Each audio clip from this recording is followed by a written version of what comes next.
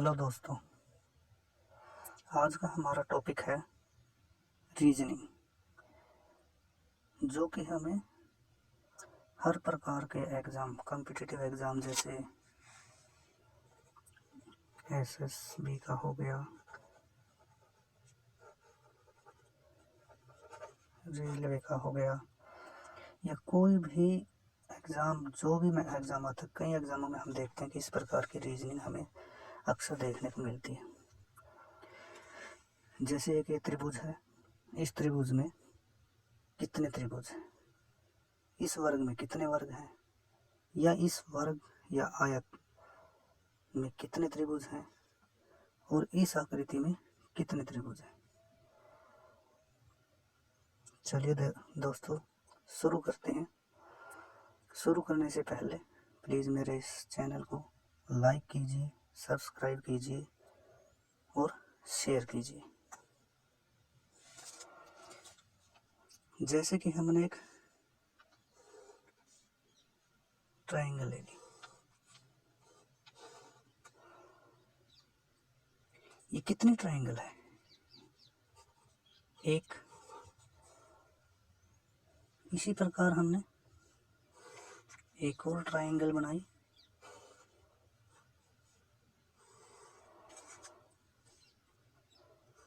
इसमें कितनी ट्रायंगल है? जो इस तरह के क्वेश्चन आते हैं रीजनिंग के, ट्रायंगल के अंदर हमें ट्रायंगल निकालनी है, उसमें हमें सिर्फ एक चीज़ का ध्यान रखना है, उसमें हमें जो भी ट्रायंगल होती है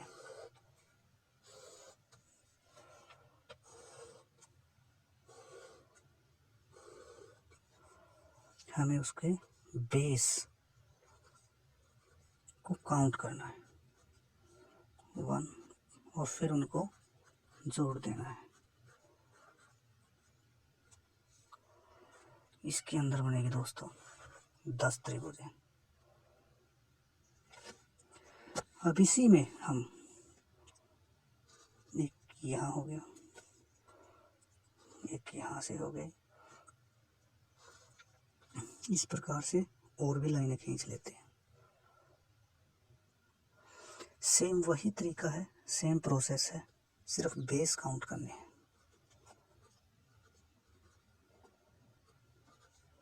1 2 1 + 2 3, 1 + 2 + 3 6, और इसी प्रकार ये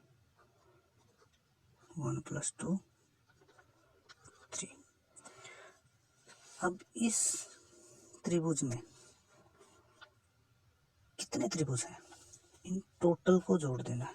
10 + 3 + 6 और +3,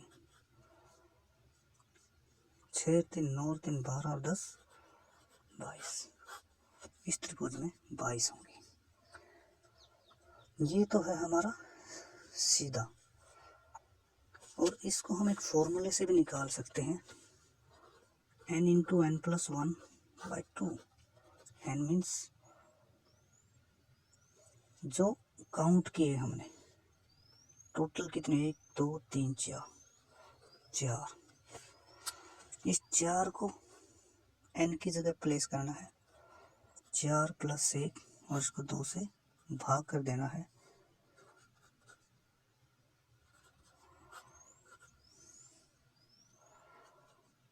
ये आ गया 20, 2 को ये 10 पे कट जाए। जो नीचे वाले का है बेस का, उसकी कितनी आई, 10 त्रिभुज है। और इसी तरह इस फार्मूले से हम ऊपर वाले भी निकाल सकते हैं, और टोटल की निकाल कर जितने भी लाइनें हैं, जितने भी बेस हैं, उन सभी बेस को काउंट करना है, उनको ऐड करना है, और फिर जितने भी आएंगे उन सब को जोड़ देना है, तो हमारे पास टोटल त्रिभुजें आ जाएंगी।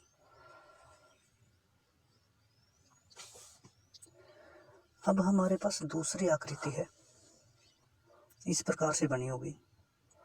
इसमें हमें क्या करना है, जैसे 1 2 3 4, इसके नीचे कितने हैं 4। इसी प्रकार इस साइड से 1 2 3 और 4, इसी प्रकार इस साइड से 1 2 3 और 4। अब इस त्रिभुज में हमें टोटल त्रिभुजें निकालनी है, कितनी है, कितनी त्रिभुजें हैं, जितनी यहाँ पर हमारे बेस में बनी हैं वो लिख लेते हैं, 1 2 3 और 4। एक, अब 1 को 2 में ऐड कर दीजिए, 3 3 को 3 में ऐड कर दीजिए, 6 और 6 को 4 में ऐड कर दीजिए, 10। और इनका टोटल कर दीजिए, 10 6 16 3 19 और 1 20। लेकिन अभी हमारे पास ये पूरी नहीं हुई है, अभी ये कम है। इसको करने के लिए एक बार और हमें जोड़ना पड़ेगा। उसके लिए हमें पहले वाले को जोड़ना है, दूसरा हमें छोड़ देना है, फिर तीसरा जोड़ना है, चौथा हमें छोड़ देना है। इस प्रकार कितनी भी लंबी काउंट, कितना भी लंबा, कितनी भी ज़्यादा त्रिभुजें हों, इस प्रकार से हमें एक को जोड़ना, एक छोड़ देना, एक को जोड़ना, एक छोड़ना, एक को छोड़ना और एक को जोड़ना है। तो इसके अंदर हम जोड़ दें 1 + 6 7, इन दोनों को जोड़ना नहीं, +7 27। तो इस आकृति में हमारे कितनी त्रिभुजें होंगी, 27। तीसरी आकृति है हमारे पास, एक वर्ग है, हमें वर्ग के अंदर त्रिभुजें निकालनी है।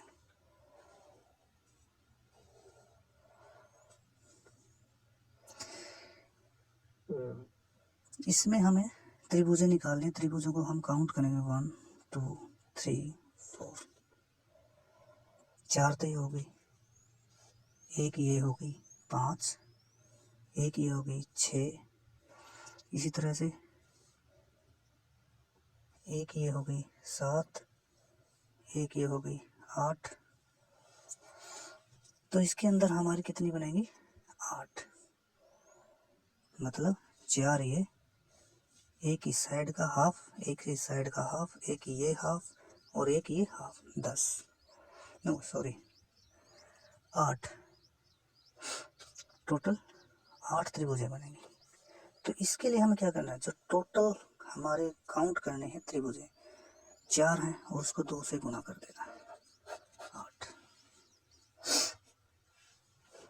इसी प्रकार इसी आकृति के अंदर आकृतियां हो सकती हैं, जैसे कोई वर्ग है,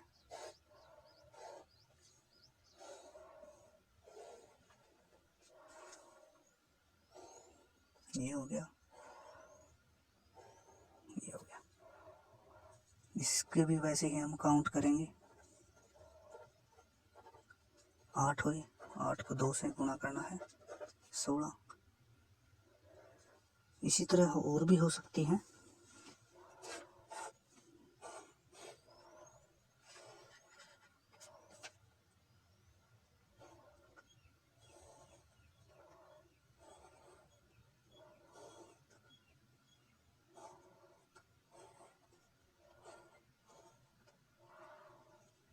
उसी प्रकार काउंट करनी है हमें, 1 2 3 4 5 6 7 8, अंदर की भी, बाहर की कितनी है 8, 8 गुना 2 16, अंदर की 8, 8 गुना 2 16, तो 16 16 32, ये आ गई हमारे पास 32। ये है हमारे पास चौथी आकृति। एक वर्ग के अंदर हमने वर्ग बना दिया और इन वर्गों को निकालना है कि कितने वर्ग हैं।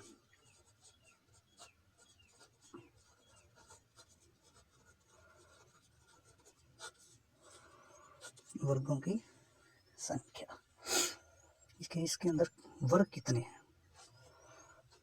1 2 3। सेम वही प्रोसेस है, उसी तरह से हम इसमें भी काउंटिंग करेंगे।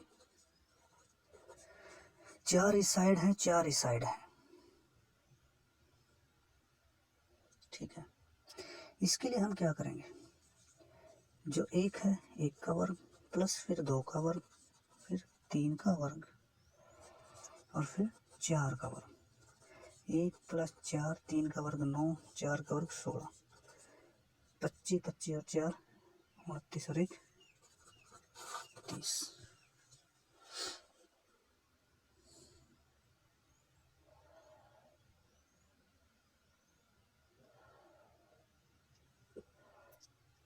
तो कितना आएगा 30।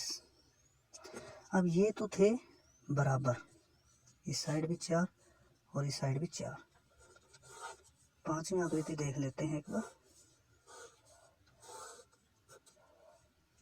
अगर हमारे पास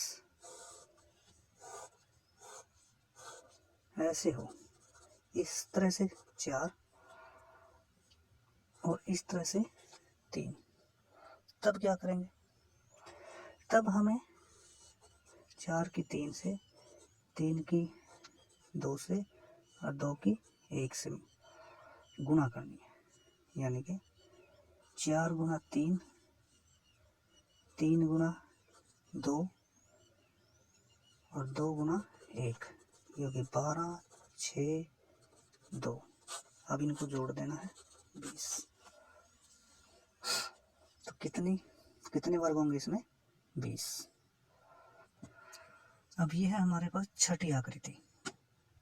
छठी आकृति में हमें क्या निकालने हैं, आयत कितने हैं। इसमें भी वही सेम तरीका है, 1 2 3 4, लेकिन आयत में हमने वर्ग किया था, सॉरी वर्ग में वर्ग निकालने के लिए हमने जो वर्गों की संख्या निकालनी थी उसमें हमने वर्ग किया था। अब हमारे पास ये आयत है, आयत को निकालने के लिए, आयत को कितनी आयतें हैं ये करने के लिए हमें इनको जोड़ना है, 1 + 2 + 3 + 4, 4 3 7 और 2 9 और 1 10। इसी तरह से इस साइड 4 3 7 और 2 9 और 1 10, इस साइड भी 10 आई, इस साइड भी 10 आई, तो 10 गुणा 10 100 आयतें हैं इसमें। इसके अंदर कितनी आयतें हैं, 100। अब हमारे पास अगली आकृति है जो इस प्रकार होगी, इसमें भी हमें आयत निकालनी है, कितनी आयतें हैं, उसी प्रकार से हमें इनको गिनना है कि कितने आयत हैं, फिर इस साइड गिनना है। जो हमने पीछे इसमें किया था वही सेम प्रोसेस इसके अंदर होगा, कोई बदलाव नहीं होगा। उसी प्रकार हम इनको जोड़ देंगे, 3 3 6 4 10 और ये 6, यहाँ पर 10 गुणा 6, ये हो गया 60। इसके अंदर कितनी आयतें हैं, 60।